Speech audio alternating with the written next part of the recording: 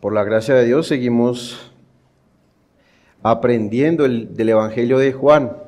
El Evangelio de Juan, como todo evangelio, tiene una esencia cristológica, cristocéntrica, es decir, que quiere mostrarnos quién es Jesús. Y esa es la pregunta que lo va a cambiar todo. Y si usted se pudiera hacer una pregunta, una sola pregunta en la vida, una que definiera su existencia, su destino, ¿cuál sería? Hay muchas cuestiones importantes, hay muchas preguntas importantes que hacerse en la vida. Como por ejemplo, ¿cuál es mi propósito en esta vida? ¿O qué pasa después de la muerte? O tal vez, ¿cómo puedo ser feliz? ¿Cómo puedo encontrar la verdadera felicidad? Pero hay una pregunta que está por encima de todas las preguntas y es ¿quién es Jesús? Y la manera en la que usted responda a esa pregunta lo va a cambiar absolutamente todo. Y esta no es una pregunta teórica, es una pregunta más que religiosa, es una pregunta más que filosófica, es una pregunta de vida o muerte. Y si Jesús solo fuera un maestro, podemos escucharlo y seguir sus consejos. Y si Jesús es solo un profeta, entonces podríamos admirarlo porque viene de Dios. Pero si Jesús es quien dice ser el Hijo de Dios, el Salvador del mundo, entonces nuestra respuesta a esa pregunta determinaría el destino eterno de nuestra alma. Así que hoy vamos a ver este pasaje en el cual nos demuestra quién es Jesús y nos revela dos atributos que parecen opuestos, pero que en realidad coexisten en perfecta armonía. ¿Cuáles son? La bondad y la justicia. En Juan 8, 1 al 11, como pudimos leer en el relato de la mujer adúltera, una mujer es arrastrada delante de Jesús. Y esta mujer había sido acusada y descubierta cometiendo adulterio. Y la multitud exige justicia. Y según la ley, entonces ella merecía la muerte. Y ahora la pregunta es, ¿cómo va a responder Jesús ante esta situación tan bochornosa? Bueno, imagina la escena, ve a la escena. La mujer es sorprendida en adulterio y es arrastrada, no con armonía, no con delicadeza delante de Jesús. Los fariseos la traen a Jesús con piedras en la mano y esperan una respuesta de él. Y hoy muchos quieren hacer de Cristo un simple maestro sentimentalista, un simple maestro que ignora el pecado en nombre del amor, pero no es así. El Jesús de la Biblia y el Jesús de las Escrituras es todo lo contrario, hace Jesús simple y sentimental. Jesús es la perfecta combinación de gracia y de verdad. Y en un tribunal humano la justicia es clara y separada. En un tribunal civil hay un juez que dicta la sentencia, hay un abogado que defiende al acusado y pues obviamente hay un acusado. Pero nunca vemos a una persona ocupar ambos roles al mismo tiempo. Es decir, no hay una persona en un tribunal civil que sea juez y abogado al mismo tiempo. No sería lógico, no sería ni permitido en ningún sistema judicial. Sin embargo, en este pasaje Jesús es ambas cosas. Él es juez y es abogado. Y el juez eterno tiene la autoridad para condenar. Y el abogado de Dios que intercede por el hombre lo hace con misericordia. Así que quiero hoy que veamos que en Jesús coexisten estos dos atributos. A veces nosotros como seres humanos no podemos lidiar o ponderar ambas cosas. O somos muy permisivos o somos firmes. Pero Jesús es Dios y en Él pueden coexistir estas dos. Y quizás hoy te sientas tú como esa mujer. Tal vez hoy te sientas expuesto o te sientas culpable o te sientas señalado por tus errores y tus pecados. O tal vez te identifiques con la multitud, con los fariseos. Tal vez seas esa persona que es rápida para juzgar a otros sin ver tu propia necesidad de gracia. En cualquier caso, las Escrituras tienen siempre algo para ti. Y las Escrituras nos muestran no solo la respuesta de Jesús, sino la respuesta de Jesús hacia cada uno de nosotros. Así que para poder mirar o para poder desglosar y poder admirar a Jesucristo en estos dos atributos especiales, primero veamos el contexto del pasaje. Segundo, vamos a ver que Jesús es el juez justo. Y como último miraremos que Jesús es el Salvador, misericordioso. Así que miremos un poco más del contexto para saber de qué se trata el pecado y la acusación. En Juan 8, del 1 al 6, este relato comienza diciendo que Jesús estaba enseñando en el templo y que estaba rodeado de una multitud. Y en ese momento los escribas y los fariseos traen a una mujer sorprendida en adulterio y la ponen en medio de todos para el escarnio de ella misma. Y hacen pues pública la vergüenza de la mujer. Y luego le preguntan a Jesús: Maestro, esta mujer ha sido sorprendida en el acto mismo del adulterio. Y en la ley de Moisés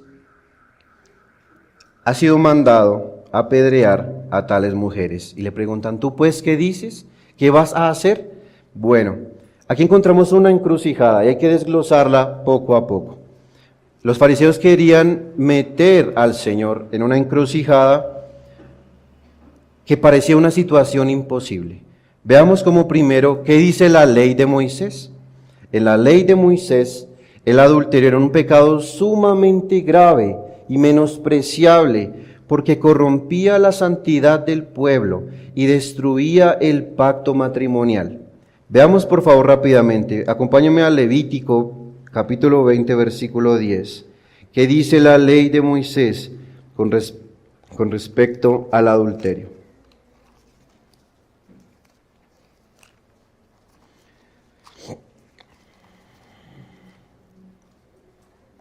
Levítico 20:10 dice: si un hombre cometiere adulterio con la mujer de su prójimo, el adúltero y la adúltera indefectiblemente serán muertos. Mira cómo el Señor señala enfáticamente cuál es el castigo que merece ese pecado. Dice indefectiblemente. Eso es como una expresión superlativa. No dice podrían ser reprochados, repréndanlos verbalmente. No, dice indefectiblemente tienen que morir. Bueno, ahora miremos Deuteronomio 22:22.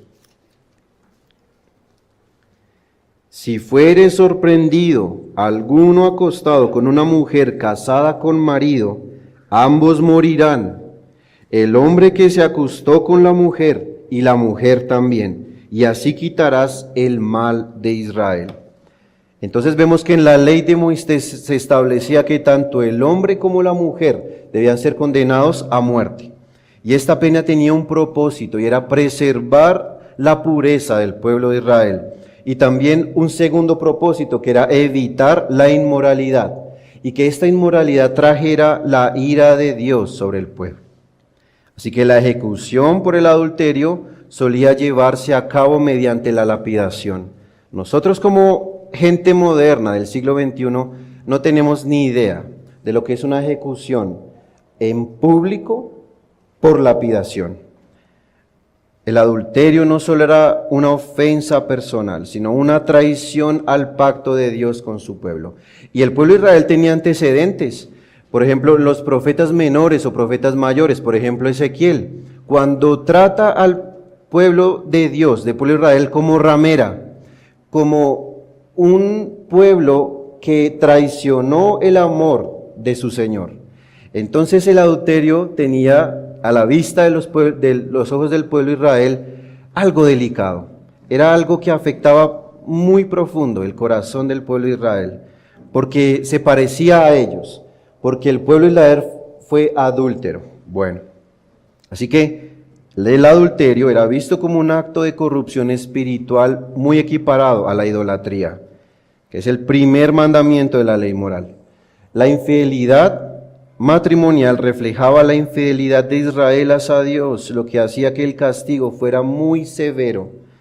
Juan Calvino señala que este pecado a los ojos del pueblo de Israel no solo violaba la justicia entre los hombres, sino que también desafiaba la pureza que Dios exige de su pueblo. John Gill también, un erudito en la ley también de Moisés, dice que el adulterio era considerado una de las peores transgresiones, porque no solo destruía familias, sino que ponía en peligro la estructura moral de la sociedad. Por eso era necesario erradicarla. Así que en este contexto del pasaje, la mujer adúltera estaba condenada, no tenía esperanza, no tenía defensa, y humanamente su destino era la muerte. Y sin embargo, yendo a la muerte, encontró la vida. Y Cristo cambiaría la historia de esa mujer para siempre, demostrando que Jesús es aquel dador de la gracia y es aquel dador de esa gracia para aquellos que son los peores de los pecadores y da la salvación sin comprometer su justicia. Ahora veamos un segundo punto. Ya vimos la ley de Moisés, ya vimos que era un pecado que tenía una repercusión fatal. Pero veamos cuál era la encrucijada, porque tanto escándalo. La ley de Moisés entonces establecía la pena de muerte para el adulterio. Pero en tiempos de Jesús, el pueblo judío estaba bajo el dominio romano, es decir, bajo la jurisdicción del imperio. Todos los pueblos tenían su propia idiosincrasia legal, pero el pueblo romano, al invadir a los demás pueblos, también sobrepuso su sistema legal. Por tanto, solo Roma tenía la autoridad para ejecutar la pena capital. Algo así pasa con nuestra República de Colombia y la Jurisdicción Especial Indígena, por ejemplo. Ellos tienen tradiciones muy antiguas, pero la República sobrepuso la ley. Así que miremos algo en Juan 18:31. Por favor, ayúdame a leer. Juan 18:31 nos aclara un poco más el panorama. Entonces le dijo Pilato: tomadle vosotros y juzgadle según vuestra ley. Y los judíos le dijeron: a nosotros no nos está permitido dar muerte a nadie. Entonces vemos que aunque en la ley de Moisés ellos podían ir a ejecutar ese pecado, no tenían toda autoridad, porque era el pueblo romano quien dictaba la última sentencia. Pero veamos la encrucijada, era una encrucijada doble.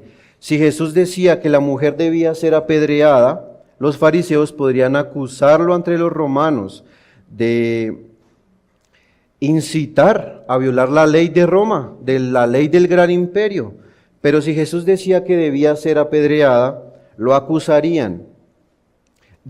Si Jesús decía que no debía ser apedreada, lo acusarían de ir en contra de la ley de Moisés y de ser demasiado indulgente con el pecado. Recuerden las acusaciones. ¿No es este Jesús que come y cena con los pecadores? No era una acusación nueva. Él siempre había sido acusado de ser indulgente con el pecado. Un comentarista también dice que los fariseos realmente no estaban preocupados por la ley, porque si leímos bien en la ley de Moisés, el hombre también debía ser traído a juicio. Pero si ellos de verdad les interesara la ley, hubieran traído al hombre que había cometido adulterio junto con ella. Y más bien, el propósito de los fariseos era atrapar a Cristo en esa encrucijada, en una contradicción. Ellos querían buscar desacreditarlo delante del pueblo. Otro comentarista dice que estos hombres no tenían un interés genuino en la justicia, sino que buscaban encadenar a Cristo con sus propias palabras y querían hacerlo parecer un transgresor de la ley o un enemigo de la misericordia. Sin embargo, Jesús, Él no es un hombre común y corriente. Él es Dios. Y la manera en cómo Él resolvió esta encrucijada demuestra su sabiduría divina. Y cuando le preguntan qué pues hacemos con ella, Él no responde inmediatamente, sino que se inclina y comienza a escribir en la tierra, mostrando que Él no se va a someter a esa manipulación. Y aquí comienza a revelarse algo que nosotros entendemos como la justicia perfecta de Cristo. ¿Y qué significa la justicia de Cristo si la pudiéramos definir? Es que Jesucristo no niega la ley, pero que tampoco usa la ley como un instrumento de condenación sin gracia. Ahí vemos que hay cosas que tenemos que ponderar. A veces no nos cabe en la cabeza, pero en Jesús sí. Él es bueno y Él es santo a la vez. No solo bueno, es bueno y santo. No solo santo, porque también es bueno. Este pasaje nos confronta entonces con dos verdades, queridos hermanos. Por un lado, el pecado es real y tiene consecuencias. Por un lado, el pecado es horrible y es abominación a los ojos de Dios. Por un lado, el infringir la ley tiene una consecuencia muy mala y es la muerte. Pero tenemos, por otro lado, una vista a la hipocresía de todos nosotros, a la hipocresía de los fariseos también. Porque estas escrituras nos muestran que muchas veces nosotros queremos la justicia para los demás y la misericordia para nosotros. Bueno, mirando entonces así el contexto, veamos el primer atributo de Jesucristo. Recordemos que estamos en estas exposiciones del Evangelio de Juan y queremos ver que Jesús es, y Él es muchas cosas. Lo primero que vamos a ver acá sería que Jesús es un juez justo. Y eso lo podemos ver en el pasaje de Juan 8, versículos 7 al 9. ¿Qué dice Juan 8, 7 al 9 en el pasaje?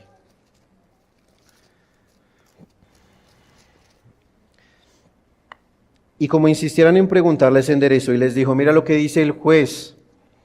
El que de vosotros esté sin pecado, sea el primero en arrojar la piedra contra ella. E inclinándose de nuevo hacia el suelo, siguió escribiendo en tierra. Pero ellos, al oír esto, acusados por su conciencia, salían uno a uno, comenzando desde los más viejos hasta los postreros, y quedó solo Jesús y la mujer que estaba en medio. Así que después de que los fariseos presentan esta acusación, esperando a que Jesús caiga en su trampa, Jesucristo responde con una declaración que deja al descubierto la hipocresía de sus corazones. Imagínate la escena que todos están señalando a la mujer, y esa flecha que señalaba a la mujer se desvió hacia la multitud que la acusaba. Y Jesús dice: el que de vosotros esté sin pecado, sea el primero en arrojar la piedra. ¿Y quién la arrojó? Bueno, nadie. Jesús no está minimizando el pecado de la mujer y Jesús tampoco está anulando la realidad de la ley. La ley es clara. El que sea atrapado en el adulterio tiene que ser apedreado. Y aunque Jesús no anula la ley de Moisés, Él está revelando que ninguno de los que acusaban a la mujer era verdaderamente justo. Y Jesús también demuestra, sin hablar, cuando los fariseos se fueron uno a uno de ese lugar, Él demuestra que todos son culpables de violar la ley de Moisés. Y aquí vemos la justicia de Cristo nuevamente en acción. Él no tolera el pecado, Él lo aborrece, lo detesta, pero tampoco condena sin un propósito redentor. Mira lo que dice Juan 5, 22, las palabras que salieron del Salvador. Porque el Padre a nadie juzga, sino que todo el juicio dio al Hijo. Así que esto nos muestra que Jesucristo es el juez, es el quien tiene la balanza, es el que puede pesar las acciones y el alma del ser humano. Él es el único que tiene la autoridad divina para juzgar y condenar al pecador. Pero aunque Jesús tenga la autoridad perfecta para ejecutar justicia, Él lo puede hacer, porque Él es el mismo estándar de justicia. Él puede decir: sean santos, porque Él es santo. Y porque cuando Él estuvo en la tierra nunca violó la ley de Moisés. Así que por eso Él se puede atribuir el ser el juez de todas las cosas, de todos los seres humanos, de todas las acciones, porque Él es justo. Pero para entender mejor la justicia de Cristo, quiero que veamos dos aspectos muy importantes, valga la redundancia, de su justicia. Lo primero es que Jesús es el juez que revela el corazón. Jesús no responde apresuradamente a la trampa de los fariseos. En cambio, lo que hace es que se inclina a la tierra y empieza a escribir. Es un gesto misterioso que ha generado muchas interpretaciones. Algunos intérpretes dicen, bueno, ellos piensan que escribió los pecados de los acusadores. Otros intérpretes dicen que simplemente ignoró la provocación de los fariseos. Lo que sí sabemos es que la respuesta de Jesucristo expuso la hipocresía de los corazones de los fariseos, porque ellos querían usar la ley para condenar a la mujer, pero nunca se examinaron a sí mismos. Y Jesús los confronta con la realidad de su propia pecaminosidad, y al hacerlo demuestra que ningún hombre tiene la autoridad moral para condenar al otro, para condenar a su prójimo. Y Juan Calvino comenta lo siguiente: Cristo no excusa el pecado de la mujer, sino que al hacer que sus acusadores se examinen, les muestra que no son dignos jueces, pues ellos mismos están manchados de iniquidad. Así que Jesús, como el juez justo de todas las cosas, no solo ve nuestras acciones, sino que ve nuestros pensamientos. Él discierne las intenciones y los pensamientos del corazón. Y aquí la palabra discernir es muy importante. Jesús no es alguien que supervisa. Una supervisión puede ser algo general, un repaso general, pero Jesús discierne los corazones. Es decir, se queda fijo mirando, y es ahí donde nuestro pecado es revelado. Son unos ojos que pueden penetrar hasta el alma. Los ojos de los hombres pueden mirar nuestras manos, nuestros gestos, pero Jesús mira el corazón. Vaya juez. Miremos cómo la Escritura confirma la justicia de Jesucristo y cómo su justicia va más allá de las acciones humanas, sino que va al corazón, a la que nosotros pensamos antes de actuar. Hebreos 4, versículo 12 al 13. Este versículo es muy famoso porque describe las características de las Escrituras, pero para el buen intérprete de las Escrituras, para alguien que ha escudriñado mejor este pasaje, se va a dar cuenta que este pasaje describe a Jesucristo. Este versículo describe quién es Jesús. Y Jesús es llamado en este pasaje como la palabra de Dios. Así que leamos, porque la palabra de Dios es viva y eficaz, más cortante que toda espada de dos filos, y penetra hasta partir el alma y el espíritu, las coyunturas y los tuétanos, y discierne los pensamientos y las intenciones del corazón. Y no hay cosa creada que no sea manifiesta en su presencia. Antes bien, todas las cosas están desnudas y abiertas a los ojos de aquel a quien tenemos que dar cuenta. Mira cómo el pasaje revela que está hablando de una persona, no de las Escrituras, aunque Cristo sea el cumplimiento de las Escrituras. Veamos otro texto, Jeremías 17:10. Yo Jehová, yo Jesús es Jehová, que escudriño la mente, que pruebo el corazón, para dar a cada uno según su camino, según el fruto de sus obras. Bueno, una atribución meramente de un juez, de quien tiene autoridad. Un último texto, Apocalipsis 2:23. Dice Jesucristo nuevamente poniendo el foco sobre sí mismo. Dice, y todas las iglesias sabrán que yo soy el que escudriña la mente y el corazón, y os daré a cada uno según vuestras obras. Así que vemos en una visión del apóstol Juan en Apocalipsis algo escatológico que se anticipa al fin de los tiempos. Y el fin de los tiempos, el autor y el personaje principal es Jesucristo, porque Él es quien está sentado en el trono, con la humanidad delante de Él, y Él tiene la autoridad para juzgar a vivos y a muertos.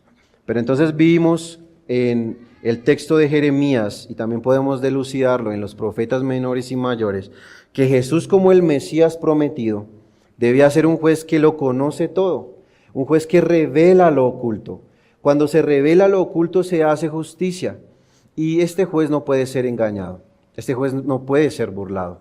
Así que Cristo miró más allá de las palabras de los fariseos y vio la hipocresía que había en sus corazones. Aun cuando citaran la ley de Moisés, que fue dada en el monte Sinaí por el mismo Dios Altísimo. Y así como los fariseos fueron confrontados con su pecado, cada uno de nosotros también debe reconocer que estamos delante de aquel que todo lo ve y que un día Jesucristo dará a cada uno según sus obras, es decir, lo que merece. Veamos un segundo aspecto de la justicia de Cristo. Vimos que Jesús revela el corazón, es un juez que revela el corazón, pero también veamos que Jesús es el juez que cumple la ley sin perder la gracia. Los fariseos querían manipular a Cristo y también querían manipular la ley para sus propios fines, pero Jesús usa la ley correctamente. Jesús es el gran pedagogo, y quién más que quien dictó la ley nos enseñe a obedecer e interpretar la ley. Y Jesús, en lugar de ejecutar un juicio inmediato, de decir sí, apedréenla, hace que la ley cumpla su propósito. ¿Y cuál es el propósito de la ley de Dios?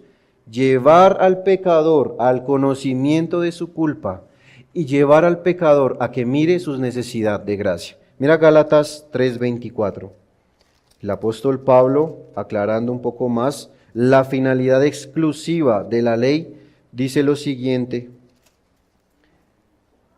de manera que la ley ha sido nuestro ayo para llevarnos a Cristo, a fin de que fuésemos justificados por la fe. Así que la ley no solo tiene un propósito, no tiene un propósito solamente meramente moral o civil o religioso. La ley tiene como fin llevarnos a Dios y llevarnos al arrepentimiento, al reconocimiento de nuestra culpa y llevarnos a Dios. Pero aquí es donde otra vez la justicia de Cristo se revela con toda su majestad. Y es que Él no solo expone el pecado, sino que provee el camino para declarar a los pecadores justos. Jesús no ignora el pecado de la mujer, pero tampoco la deja sin esperanza. Cristo no tolera el pecado, Él lo odia, Él lo aborrece, y su santidad es absoluta, porque Él es juez justo. Si Él amara el pecado, ¿qué derecho le daría el cielo de poder juzgar a los hombres? Pero Él es santo y es puro, y no tiene ninguna mancha en Él. Mira lo que se profetizó del Mesías Jesucristo en Habacuc 1:13.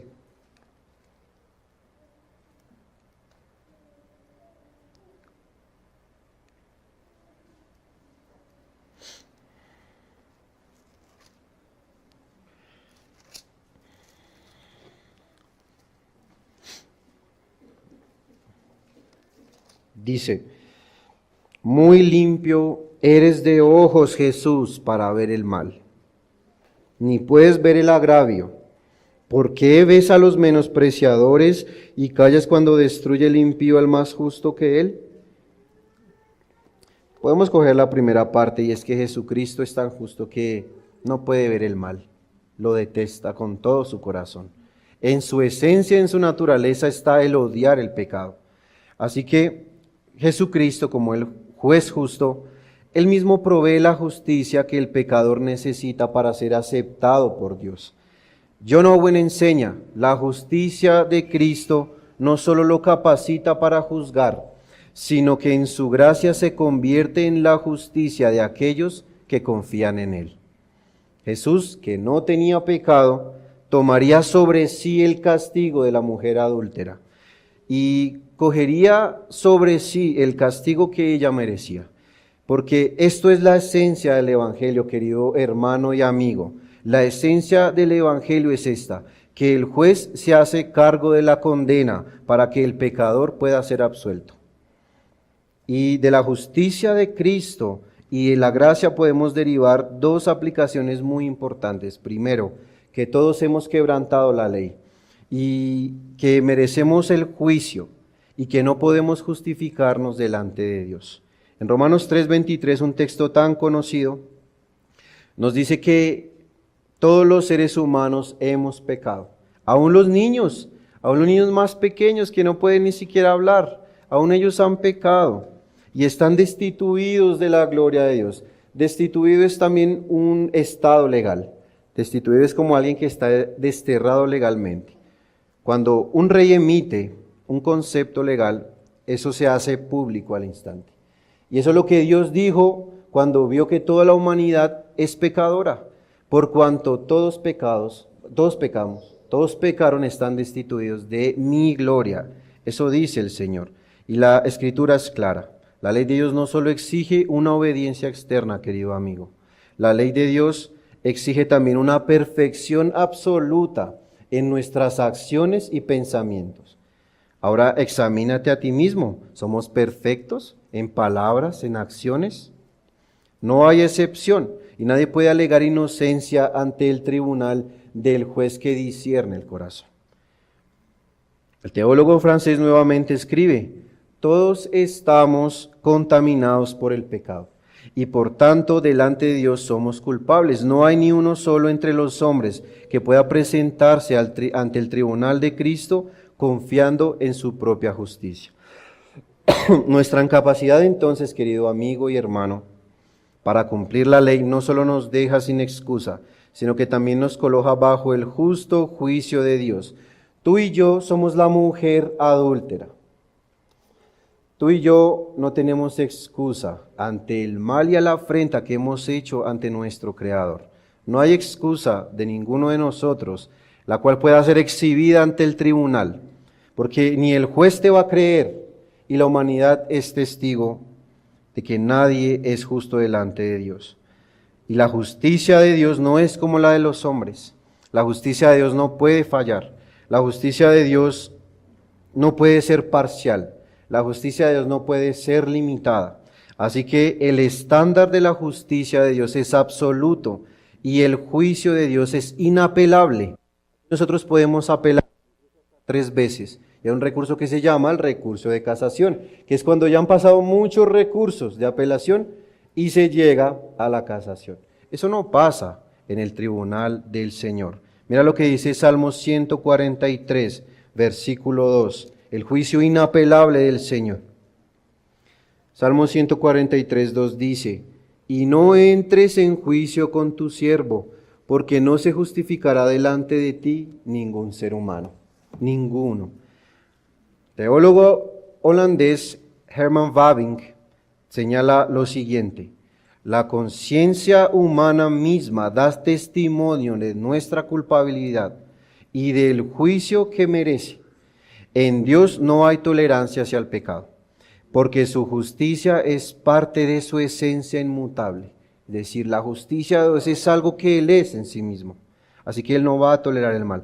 Así que queda claro que no podemos justificarnos delante de Dios, porque aún nuestras mejores acciones están manchadas por el pecado. Y eso lo dice el profeta Isaías, capítulo 64, versículo 6. Todas las acciones del hombre, aún las que creemos mejores, son sucias delante de Dios. Así que no pierdas tu tiempo tratando de engañar al juez que todo lo ve. Lo segundo que podemos derivar de Jesús es que Él no tolera el pecado, pero ama al pecador y provee su propia justicia para salvarlo. Mira en 2 Corintios 5, 21, algo que se dice del juez justo. Recordemos que estamos viendo que Jesús es el juez que cumple la ley, pero con gracia. 2 Corintios 5, 21 dice: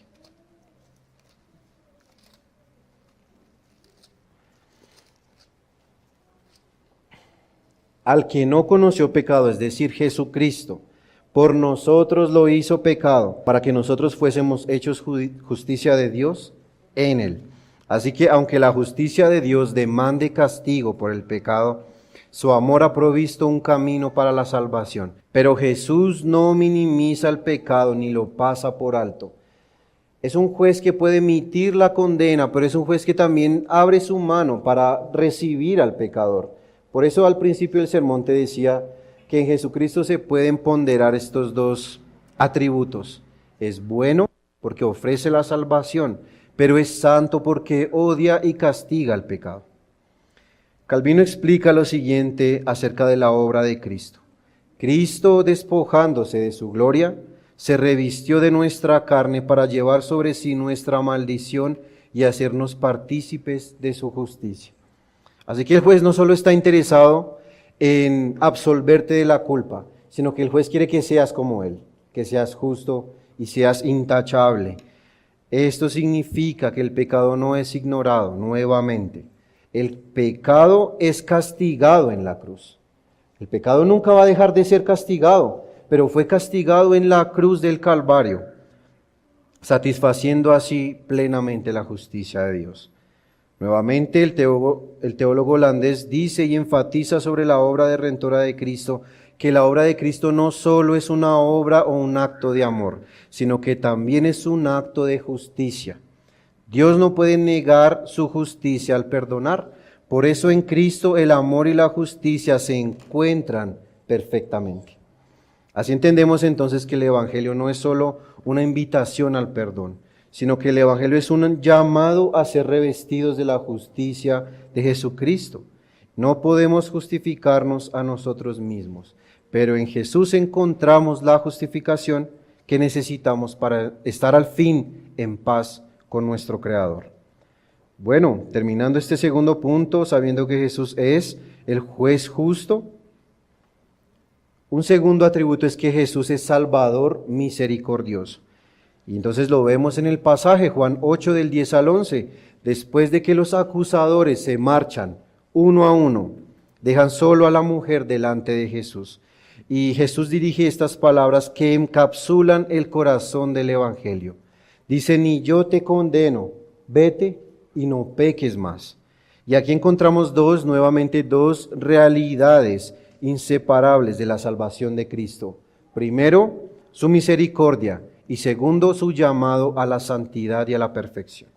Jesús no minimiza la gravedad del pecado ni justifica el comportamiento horrible de la mujer, pero tampoco la deja en su condición. No la deja en sus propias expensas. Así que Cristo demuestra que su amor y misericordia no son licencias para pecar, no son un permiso para hacer lo que quieres o para perseguir las concupiscencias de tu corazón, sino que más bien el amor de Cristo es la puerta a una vida transformada, a una vida de bien y de justicia. Pero veamos dos aspectos rápidos de la salvación de Jesucristo. Y lo primero es el perdón de Jesús. Y el perdón de Jesús lo podemos traducir o encapsular en lo siguiente, que Jesucristo es la misericordia que absuelve. Jesús le dice a la mujer, ni yo te condeno. Esta declaración no significa que el adulterio no tuviera consecuencias, ni que el adulterio fuera insignificante. El adulterio en realidad es de lo peor del pecado. Y lo que ocurre es que Jesús mismo cargaría con las consecuencias de ese pecado en la cruz. Entonces, Cristo odia tanto el pecado que estuvo dispuesto a sufrir la ira de Dios en lugar de los pecadores. Mira lo que dice la profecía del profeta Isaías en el capítulo 53, versículo 5. Mas el Mesías fue herido por nuestras rebeliones, molido por nuestros pecados. Y el castigo de nuestra paz fue sobre él, y por su llaga fuimos nosotros curados. Así que el amor de Jesucristo no es un sentimentalismo barato, sino que es una gracia que le costó su propia vida. Y señala nuevamente un teólogo, Cristo no absolvió a la mujer adúltera por ignorar su pecado, sino por su propio sacrificio que aseguraría la justificación de esa mujer. Y aquí vemos la gloriosa verdad de la justificación por gracia nuevamente, que no somos declarados justos porque lo merezcamos, sino que Jesús sufrió la condena en nuestro lugar. Y eso lo valida también el apóstol en el capítulo 8 de Romanos, versículo 1. Así que, queridos amigos y hermanos, el perdón de Cristo no solo es un acto legal, el perdón de Cristo es una nueva oportunidad para hacer las cosas bien delante de Dios. Lo segundo que podemos ver de Dios, de Jesucristo como Salvador, bueno, es el perdón de Jesús, pero segundo es el llamado a la santidad. Y no es menos importante que la oferta de gracia. Jesús no solo le dice a la mujer, ni yo te condeno, le hubiera dicho, ni yo te condeno, puedes irte. No, Él es un juez, y es juez justo, y le dice, vete y no peques más.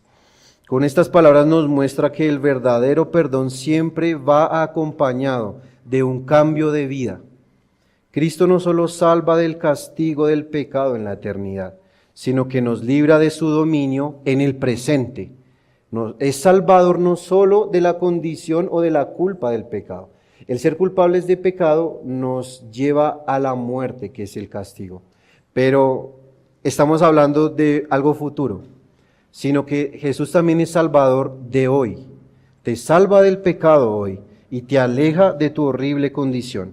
La gracia de Dios no es una licencia para seguir pecando, sino que te da la oportunidad para vivir nuevamente una vida en obediencia.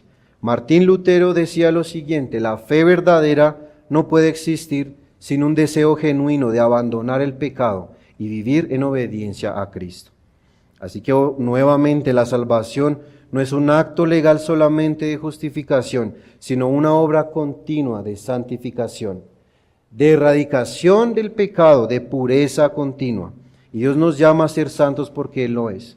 Y la meta de la redención es conformarnos a la imagen de su Hijo, no en el futuro, no después de la tumba, sino conformarnos a la imagen de Cristo hoy, ahora. Así que la Escritura nos enseña que el Mesías debía ser perfecto en santidad, no solo para hacer el sacrificio sin mancha, como dice Hebreos 7:26, sino que el Mesías también tenía que ser un modelo supremo de vida piadosa. Vida es el lapso de tiempo antes de la muerte. Lo que quiero que entiendas, querido hermano cristiano, es que Jesús es Salvador de ahora también. Y aunque vamos a ser perfectos en la gloria después de la muerte, las Escrituras y la voluntad de Dios no solo son para la eternidad, sino para el hoy y el ahora. Así que veamos lo que dice Tito 2, 11 al 12. Miremos qué significa la gracia de Dios. Y la gracia de Dios dice que se ha manifestado para salvación a todos los hombres. Ahí está el primer concepto, salvación, enseñándonos que renunciando a la impiedad y a los deseos mundanos, vivamos en este siglo sobria, justa y piadosamente. En la eternidad no vas a vivir sobria, justa y piadosamente. En el cielo lo vas a hacer. Pero es en esta vida donde Dios quiere glorificarse en la vida de sus hijos amados. Y lo hace erradicando el pecado de cada uno de nosotros. Así que la voluntad de Dios para el hombre es que refleje su carácter, que sea recto y virtuoso como Jesucristo. Esa es la voluntad de Dios. Así que Jesús es el modelo perfecto de santidad y la verdadera fe nos lleva a seguir las pisadas de Cristo. Así que podemos concluir este pasaje con lo siguiente. Me voy a dirigir a aquellos que no han creído en el Señor. Y tal vez tú, querido amigo, te sientas identificado con la mujer adúltera. Puedes verte reflejado en esta mujer, no porque hayas cometido el mismo pecado, sino porque como ella eres un pecador que necesita la gracia y la misericordia. Y hoy estás delante de Dios, delante del juez que es Jesús. Imagina que tus pecados han sido expuestos, evidenciados ante todo el mundo. Imagina que la película de tu vida se está transmitiendo ahora. ¿Te avergonzarías? Yo creo que sí. Pero estando delante de Dios, has estado ahora delante del único juez que tiene poder para absolverte. No solo para condenarte, sino para absolverte. Y un día estarás con el juez de todas las cosas sin excusas, sin escondites. Así que si no has buscado refugio en Cristo, créeme que en el juicio final vas a estar solo, sin nadie que abogue por ti. Jesús no solo es bueno, sino que Él también es justo. Y no pienses en Él solo como un Salvador amoroso que ignora el pecado, y tampoco pienses solo de Cristo como un juez que castiga sin misericordia. Él es ambas cosas. Jesús es el mismo, Jesús es uno mismo, el que te llama al arrepentimiento y el que te ofrece el perdón. Así que si hoy sientes el peso de tu pecado, querido amigo, si crees que has tocado fondo, si crees que no hay respuesta para tu clamor, recuerda que Jesús hoy sigue ofreciendo salvación. Y Él está ofreciendo salvación, pero también santificación. Él no quiere que te quedes como estás, sino Él quiere que obedezcas ahora. Así que no importa cuán profundo hayas caído, la gracia de Dios es más grande que tus pecados. Y el llamado es claro, querido amigo. Vete de acá, vete del tribunal y no peques más. Dijo un pastor: aquellos a quien Cristo justifica, Él también los santifica. Y no solo los libra de la condenación del pecado, sino también del dominio del pecado. Así que, querido amigo que hasta ahora estás conociendo el Evangelio, no solo se trata de ser perdonado, sino de ser transformado. Imagina el rostro de aquella mujer. ve nuevamente a la historia. Sus lágrimas que antes rodaban calientes por sus mejillas, ahora estaban secas, dejando surcos de polvo en su piel. Y minutos antes ella estaba lista para morir. Y con el sonido de las piedras apretadas en las manos de sus acusadores resonando en sus oídos, y su corazón latía con desesperación, sintiendo el peso de su culpa y el frío de la muerte que era inminente. Pero entonces la voz de Jesús rompió el silencio. Uno a uno entonces los jueces implacables se marcharon y el eco de sus pasos se desvaneció. En un instante la muerte se convirtió en vida y la condena se convirtió en gracia y el terror y el pavor se convirtió en esperanza. Así que ahora frente a Jesús, aun con el pecho agitado por el miedo, ella escuchó las palabras más hermosas. Ni yo te condeno, vete y no peques más. Así que te das cuenta, querido amigo, tú y yo somos esa mujer y estábamos condenados, pero Jesús nos ofrece y te ofrece a ti una nueva oportunidad. Sus manos, en lugar de lanzar piedras, fueron clavadas en la cruz. Y hoy Él te dice lo mismo. Ven a mí y recibe mi gracia. No te vayas hoy de aquí, querido amigo, o vete de aquí más bien y no peques, nunca más. Ve a Cristo y cree en Él. Y también podríamos concluir, para mis queridos hermanos, ¿qué tal si nosotros nos parecemos más a los fariseos que a la mujer? ¿Y qué tal que nos hayamos vuelto rápidos para condenar sin examinar nuestro propio corazón? ¿Qué tal que seamos nosotros los fariseos que quieren la misericordia para ellos mismos y la justicia para los demás? Pero Jesús nuevamente nos demuestra que es bondadoso, pero es recto y justo. Y si has recibido el perdón de Cristo, querido hermano, tu vida debe reflejar su carácter. No podemos proclamar la gracia de Cristo mientras seguimos aferrados amando nuestro pecado. No podemos predicar amor mientras actuamos con dureza tampoco. Y tampoco podemos predicar el amor de Cristo si nuestros juicios son injustos. Así que si Cristo te ha perdonado, Él también te ha llamado a dejar tu pecado. Y cada día entonces examina tu vida. Pregúntate si realmente vives conforme a lo que Cristo ha hecho por ti. ¿Amas lo que ama Cristo? ¿Odias lo que odia Cristo? ¿Muestras su justicia y su misericordia en tu trato con los demás?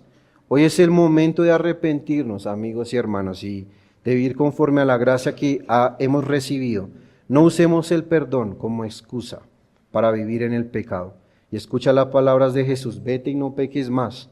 Y Rael dijo, y nos advirtió también explicando este texto, no hay mayor prueba de una verdadera obra de gracia en el corazón de un hombre que cuando esa persona ha aprendido a odiar el pecado. No basta con evitar el pecado por miedo, sino que debemos aborrecerlo, porque eso deshonra a nuestro Salvador.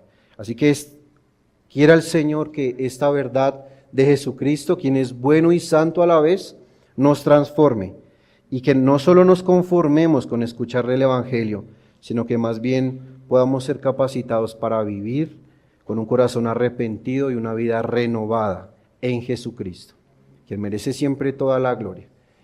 Acompáñenme en una oración.